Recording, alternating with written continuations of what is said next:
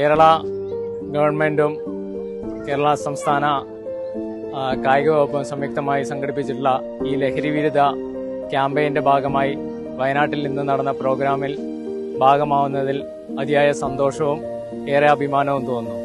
നമുക്കറിയാം, ഇന്ത്യയിൽ തന്നെ വിപത്തായി മാറിയിരിക്കുകയാണ് ഈ ലഹരി ഉപയോഗം എന്നുള്ളത്. യങ് ജനറേഷൻ മുതൽ വളരെ വിനാശകരമായിട്ടാണ് ഇതിനെ നമ്മൾ നോക്കിക്കാണേണ്ടത്. വളർന്നു വരുന്ന ഓരോ കുട്ടികളിലും അതിന്റെ അവബോധം സൃഷ്ടിക്കുവാനും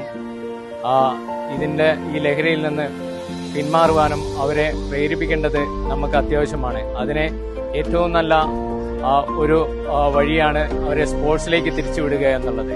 അവരെ മാക്സിമം സ്പോർട്സിലൂടെ എൻഗേജ് ചെയ്യിപ്പിക്കുക, അവരെ ലഹരിയിൽ നിന്നും മാറ്റി നിർത്തുക എന്നുള്ളത് നമ്മൾ ചെയ്യേണ്ട ഒരു കാര്യമാണ്.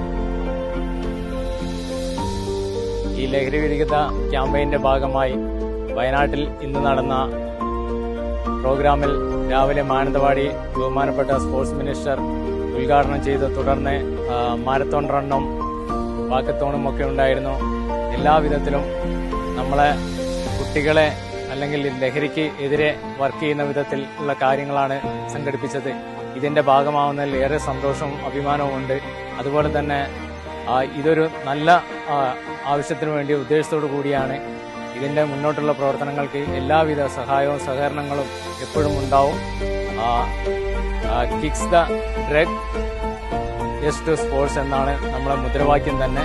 അതിനോട് ചേർന്ന് പ്രവർത്തിക്കുവാൻ എല്ലാവരെയും ഞാൻ ആഹ്വാനം ചെയ്യുകയാണ്. Thank you very much.